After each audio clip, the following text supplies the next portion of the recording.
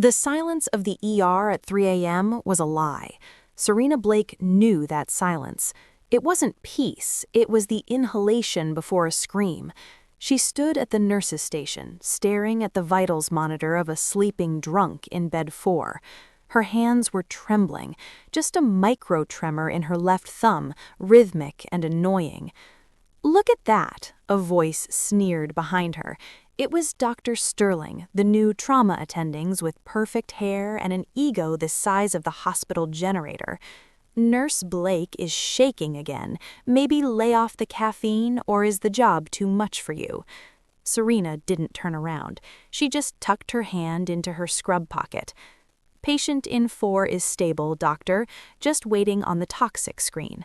"Right, stable. Just make sure you don't drop a needle in him with those jittery fingers," Sterling laughed, turning to flirt with the head nurse, Brenda.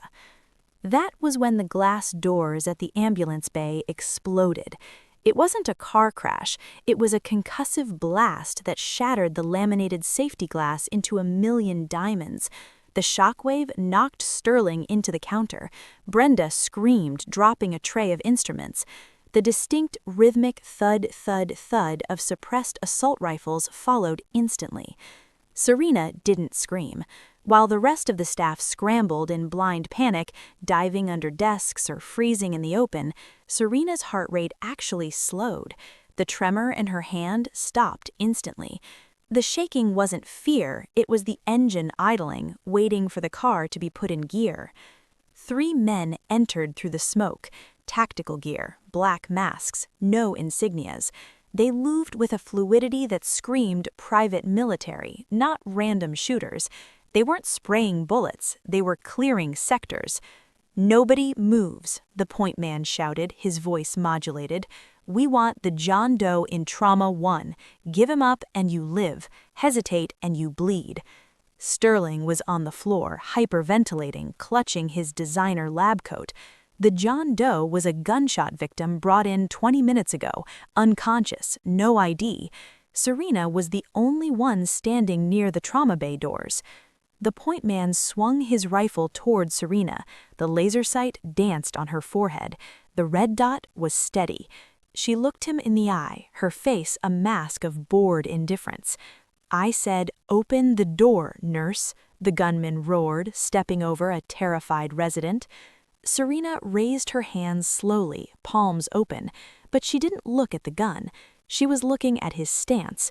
His weight was too far forward. Rookie mistake. "Open it," he screamed, closing the distance to within 5 feet. "It's locked," Serena whispered, her voice dead calm. "I need my keycard." She reached for her hip. The gunman flinched. 6 hours earlier, the shift had started like a nightmare. The intake nurse, Greg, had dumped 3 catheter changes on Serena because he didn't want to deal with the combative patients. Serena took the charts without a word. That was her reputation at Mercy General, the doormat, the mute, the one who did the dirty work and never complained. She was in Bay 6, changing a dressing on an elderly woman's ulcer, when Dr. Sterling had stormed in for rounds. "Nurse, why isn't this IV line flushed? The saline bag is empty." Serena looked up. "I just walked in, doctor. I was covering Greg's break." "Excuses," Sterling scoffed, grabbing the chart. He looked at her hands as she reached for a fresh bag. The tremor was there. It always flared up when she was suppressing her instincts, when she was forcing herself to be small. "God, look at you. You're vibrating. It's pathetic. How did you even pass the boards? You look like you're going to faint at the sight of blood." The elderly patient looked at Serena with pity. "She's doing a good job, doctor." "She's a liability," Sterling muttered, scribbling a note. "One slip-up, Blake, and I'm reporting you to the board.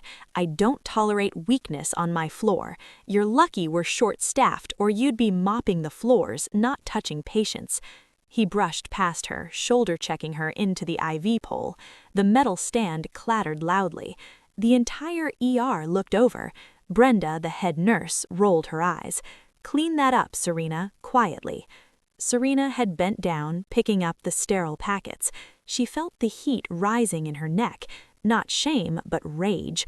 A cold, calculated rage she had spent 5 years burying under oversized scrubs and silence. She remembered the last time a man had spoken to her like that. He was a warlord in the Khyber Pass. He doesn't speak anymore. "Yes, doctor," Serena mumbled, forcing the tremor to stay in her hands, keeping it out of her voice. She finished the dressing with perfect military-grade precision, the corners of the tape aligned exactly. No one noticed the skill, they only saw the quiet woman cleaning up the mess. Now, back in the present chaos, the memory of Sterling's insult felt like a lifetime ago. The gunman was 5 feet away. Sterling was sobbing behind the counter. The gunman took a step closer, the barrel of his rifle inches from Serena's chest. "Keycard, now, or I paint the wall with your brains." Serena's fingers brushed her waist. She wasn't reaching for a card. Her fingers curled around the heavy stainless steel reflex hammer clipped to her scrub pocket. The gunman was impatient. He saw a terrified nurse in cheap blue scrubs. He didn't see the scars on her forearms, hidden by long sleeves. He didn't see that her stance was grounded, her center of gravity low. He saw prey. "Last chance," the gunman growled. Behind him, the other 2 mercenaries were zip-tying the security guard, pressing a boot into his neck. The ER was under total control, or so they thought. "Okay," Serena said softly. "I'm getting it." She withdrew her hand. The movement was a blur.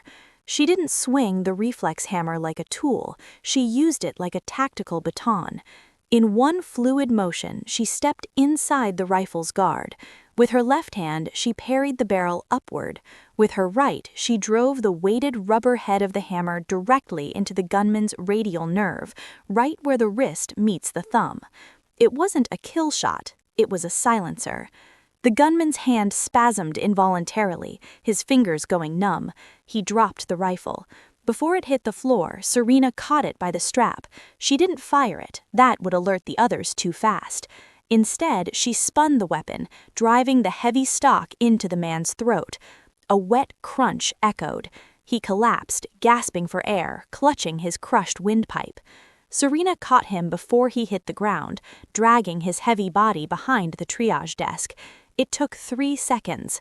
Sterling stared at her from under the desk, his eyes bulging, his mouth open to scream. "Quiet," Serena hissed. Her voice was terrifyingly flat. "Or you die next." She stripped the gunman's earpiece and tucked it into her ear. Static. Then a voice. "Viper 1, report. Do you have the target?" Serena looked at the unconscious man, then at the rifle in her hands. She checked the magazine. Full. Safety off. She slid the weapon under the desk to Sterling. "Don't touch the trigger unless they come over the counter," she ordered. What are you?" Sterling stammered, snot running down his nose. "I'm the liability," she said. She grabbed a trauma shear from the counter and moved low, crawling toward Trauma 1. The John Doe was the key.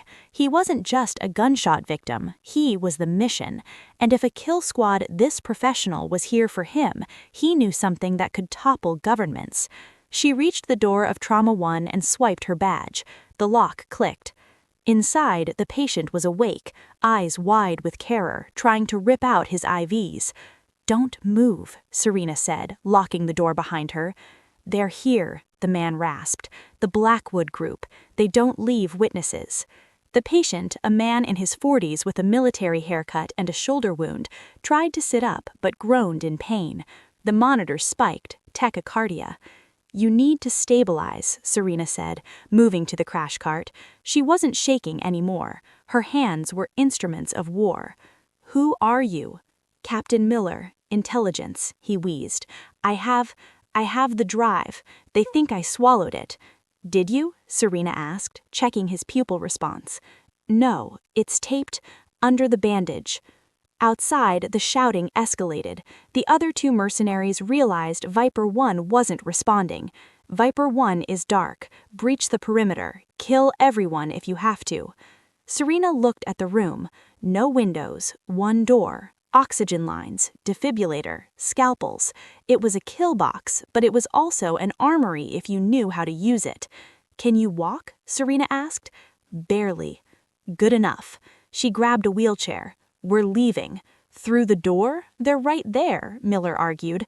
"Not through the door." Serena pointed to the ceiling. "The HVAC maintenance hatch. It connects to the sterile supply room." Miller looked at her, really looked at her. He saw the way she held herself. He saw the lack of panic. "You're not a nurse," he whispered. "I am a nurse," Serena said, dragging a heavy equipment table under the vent. "I'm just overqualified." Bang! The door handle rattled. A bullet blew the lock mechanism apart. "Go up," Serena commanded, boosting the 200-pound man as if he were a child. The adrenaline dump was fully active now. She shoved him into the crawlspace just as the door was kicked open. A mercenary stepped in, scanning the room. He saw the empty bed. He saw the open vent. He raised his weapon. Serena was pressed flat against the wall behind the door. As he stepped past the threshold, she didn't use a gun. She used a pressurized canister of freezing spray, cryotherapy gas usually used for wart removal. She lunged, spraying the freezing mist directly into his tactical goggles. The extreme cold cracked the plastic instantly and blinded him. He screamed, firing blindly into the ceiling. Serena swept his legs, stomping on his ankle with a sickening snap. He went down. She grabbed his radio, crushed it with her heel, and vaulted onto the table, pulling herself into the vent, just as bullets from the hallway shredded the room below. The vent shaft was tight, smelling of dust and antiseptic. Serena crawled on her elbows, dragging Miller behind her. Her knees scraped against the sheet metal, but she didn't feel it. "Stop," Miller hissed. I think I'm bleeding out." Serena paused. It was dark, illuminated only by the slivers of light coming through the grates of the rooms below. She ripped the hem of her scrub top, creating a tourniquet. "Hold this. Keep pressure. We have 50 feet to the supply room." Below them, in the hallway, she could hear Sterling's voice. It was high-pitched and frantic. "I don't know who she is. She's just a nurse. She went that way. She took the guy to Trauma 1. Serena froze. She looked down through a grate. Sterling was standing with his hands up, talking to a tall man in the gray suit who had just entered, the boss. "She fought back?" the boss asked, his voice smooth like oil. "A nurse disarmed Viper 1? "Yes, she used a hammer. Please, I'm the attending physician. I can help you. I have access codes." Serena's jaw tightened. Sterling wasn't just a coward. He was a collaborator. He was selling them out to buy 5 more minutes of life. "Access codes," the boss mused. "Very well. Lock down the elevators, cut the phone lines, and find this nurse. If she fights like that, she's not civilian." Miller groaned beside her. "Your doctor, he just signed our death warrants." "He signed his own," Serena whispered. They reached the supply room vent. Serena kicked the grate out. It clattered to the floor of the sterile storage closet. She dropped down first, silent as a cat, then helped Miller down. The room was filled with shelves of gauze, saline, and surgical kits. It was a dead end unless they could cross the main corridor to reach the freight elevator. "We need a distraction," Serena said. She scanned the shelves. Alcohol? Cotton? Lighters? No, but there was a microwave in the break room next door, sharing a thin drywall, and inside this room there were aerosol cans of disinfectant. "What are you doing?" Miller asked as she taped 3 aerosol cans together. "Chemistry," Serena said. "You stay here. When you hear the boom, you run for the elevator." "Where are you going?" "I'm going to have a performance review with Dr. Sterling." She slipped out of the supply room, moving into the shadows of the corridor, but as she turned the corner, she stopped. The hospital security monitors on the wall were flickering. Someone was hacking the feed. A message appeared on the screen, overlaid on the camera footage of her face. "Subject ID, Ghostwalker. Status, disavowed. Terminate on site." Serena stared at the screen. Ghostwalker, a codename she hadn't heard in 4 years, a name that belonged to a dead woman. The PA system crackled to life. It was Sterling's voice, trembling but distinct. Code Silver, active shooter. Suspect is Nurse Serena Blake. Repeat, Nurse Blake has gone rogue. She has a hostage. Security, police, if you can hear this, she is armed and dangerous. The blood drained from Serena's face. Sterling wasn't just collaborating, he was framing her. The mercenaries were using him to control the narrative. When the police arrived, they wouldn't rescue her, they would shoot her. Smart, Serena muttered. Isolate the target. She needed to move. The mercenaries knew she was on the second floor. She could hear boots thundering up the stairwell. She ducked into the doctor's lounge. It was empty, coffee still steaming in the pot. She needed a weapon. The reflex hammer was gone. The freezing spray was empty. She opened the lockers. Sterling's locker. Inside hung his spare lab coat and a stethoscope, but in the bottom a bottle of expensive scotch and a lighter. Jackpot. She grabbed the alcohol and the lighter. Then she saw it. Sterling's iPad on the bench. It was unlocked. She tapped into the hospital network. She couldn't stop the police from coming, but she could change the battlefield. She accessed the HVAC controls. She turned off the ventilation to the east wing where the mercenaries were gathering. Then she cranked the humidity to 100% in the surgical suites. The door handle turned. Serena dove behind the sofa just as the boss walked in, flanked by two heavily armed guards. Sterling was with them, looking pale but arrogant now that he had powerful friends. She was here, Sterling said, sniffing the air. I smell her cheap perfume. Focus, doctor, the boss said. You said she has military training. Look at this. He pointed to the scuff marks on the vent cover. No civilian moves that quietly. The boss walked towards the sofa. Serena held her breath. Her hand gripped a jagged sharm of glass from a broken coffee pot she'd silently crushed under a cushion. Find her, the boss commanded, and kill the patient. We have the drive's location now. We don't need the carrier. Sterling laughed nervously. And my payment? Your payment is that I don't gut you right here. The boss turned to leave. One guard stayed behind to search the room. He walked slowly towards the sofa. Step, step. Serena's muscles coiled. She wasn't shaking. She was remembering.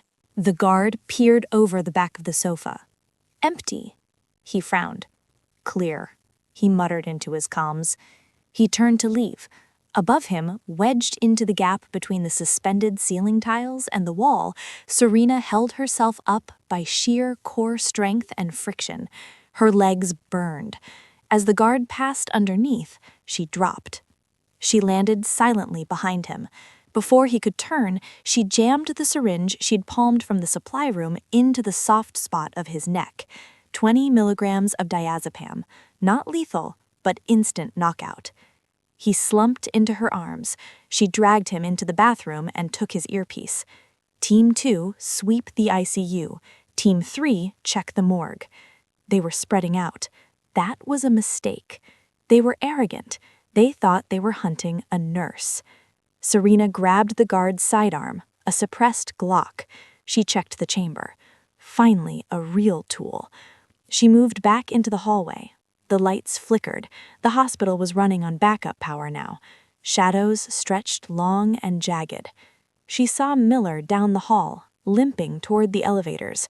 A mercenary was approaching him from the other side, weapon raised. Serena raised the Glock. 2 breaths. Exhale. Squeeze. Pff. The bullet took the mercenary in the leg. He went down screaming. Miller scrambled into the open elevator.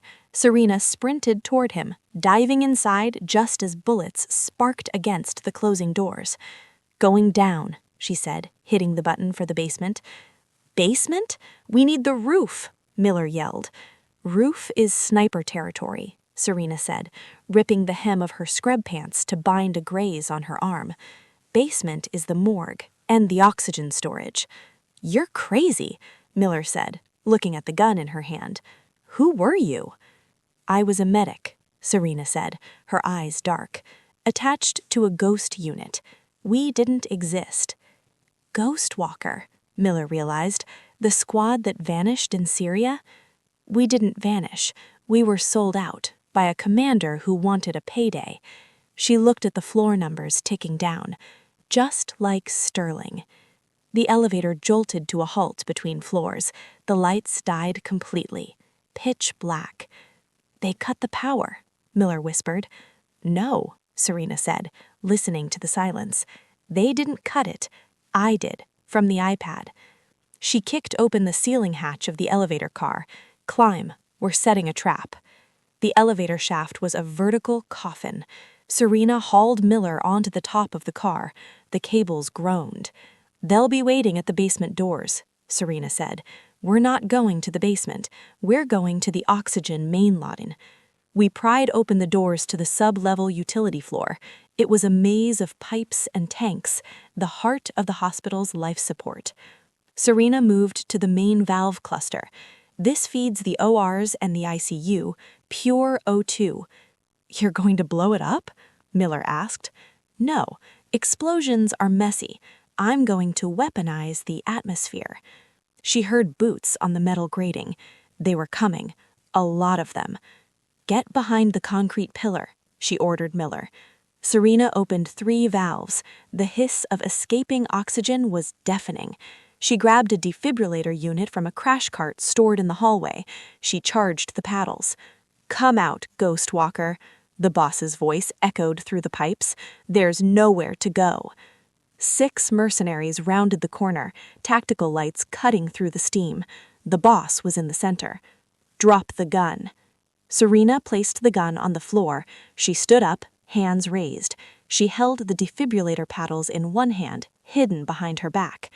"Smart girl," the boss sneered. "Sterling, come see this." Sterling stepped out from behind the wall of muscle, looking smug. "See, I told you she'd break. Just a nurse." "The air in here," Serena said, her voice echoing, "is saturated at 40% oxygen right now." The boss paused. He sniffed. The air was crisp, metallic. So, Serena said, revealing the paddles, "everything is flammable, even you." "Shoot her!" the boss screamed. Serena rubbed the paddles together. Zap! A spark. The air didn't explode, but the flash fire was instantaneous. It roared through the oxygen-rich corridor like a living dragon. The mercenaries' tactical gear, covered in synthetic oil and fabric, caught fire instantly. Chaos, screams, men dropped weapons to bat at the flames on their vests. Serena didn't wait. She grabbed an acid extinguisher from the wall, a heavy CO2 canister, and charged into the smoke. Clang! She swung the canister into a burning mercenary's helmet. Crack! She swept Sterling's legs, sending him crashing into the pipes. She moved through the fire like a demon, using the smoke and the panic. She wasn't fighting, she was operating, removing the infection. She reached the boss. He was patting out his sleeve, his gun raised. Serena grabbed his wrist, twisted it until the bone snapped, and slammed him into the oxygen tank. "Who sent you?" she snarled, pressing the barrel of his own gun under his chin. The fire suppression system kicked in. Torrential rain poured down from the ceiling, dousing the flames and soaking everyone to the bone. The boss coughed, blood bubbling on his lips. He looked at Serena with a strange mix of pain and respect. "The general," he wheezed. "General Maddox." Serena froze. Maddox, her old CO, the man who had given the order that killed her team. "He knows you're alive," the boss laughed, a wet, gurgling sound. "He saw the footage from the lobby. You can't hide anymore, Serena." Sirens wailed in the distance. Real police this time. SWAT. Serena looked at Miller. He was safe behind the pillar, clutching the data drive. "You have to go," Miller said. "If the FBI finds you here, they'll lock you up, or worse, hand you back to the military." Serena looked at Sterling. The arrogant doctor was curled in a fetal position, sobbing, his expensive suit ruined, his career over. "He talks," Serena said, pointing at Sterling. "Make sure he talks." "I will," Miller promised. "I'll testify. He framed you. He helped them." Serena heard the breach charges on the upper floors. SWAT was entering the building. "I can't be here," she said. "Where will you go?" Miller asked. Serena picked up a medical chart from the floor. She tore off a piece of paper and scribbled something on it. "Nowhere," she said. "Everywhere." She walked over to the boss, who was losing consciousness. She leaned down. "Tell Maddox I'm not shaking anymore." She turned and sprinted into the darkness of the utility tunnels, vanishing just as the flashlight beams of the SWAT cut through the steam. "Freeze! Police!" The officers found a scene of carnage, burned mercenaries, a high-value witness holding a flash drive, and a doctor crying on the floor. "It wasn't me!" Sterling screamed as they cuffed him. "It was the nurse! The nurse did this!" The SWAT lead looked around. "What nurse?" "The ghost," Miller said, quietly. 2 days later. The story was everywhere. Terror at Mercy General. Hero patient saves day. Corrupt doctor arrested. Sterling was all over the news, his mugshot looking disheveled and pathetic. The testimony of Captain Miller had been damning. Sterling was facing life for conspiracy and attempted murder. The hospital was returning to normal. Repairs were underway in the ER. The staff whispered in the break room. "Did you hear?" Brenda whispered. "They say Serena was a sleeper agent." "No way," Greg said. "Serena? She shook when she held a needle. She was scared of her own shadow." In the administrator's office, the hospital director was reviewing the files. The FBI had seized everything related to Serena Blake, but her personnel file was empty. No social security number, no address. The references were dead ends. The director looked at his desk. There was a single manila envelope left there this morning, no postage. He opened it. Inside was a single photo. It was a grainy surveillance shot from the ER fight, a blur of motion, a woman taking down 3 armed men with a reflex hammer. Clipped to it was a note written in neat, precise handwriting. "I borrowed a reflex hammer and 20 milligrams of diazepam. Consider it my resignation. P.S. Watch Dr. Evans in pediatrics. He's stealing morphine." The director stared at the note, then at the empty chair where the quiet, trembling night nurse used to sit. He shivered. Somewhere, hundreds of miles away, a woman with dyed hair and a new name walked into a diner. She ordered a black coffee. She held the cup. Her hand was perfectly still. Never underestimate the quiet nurse.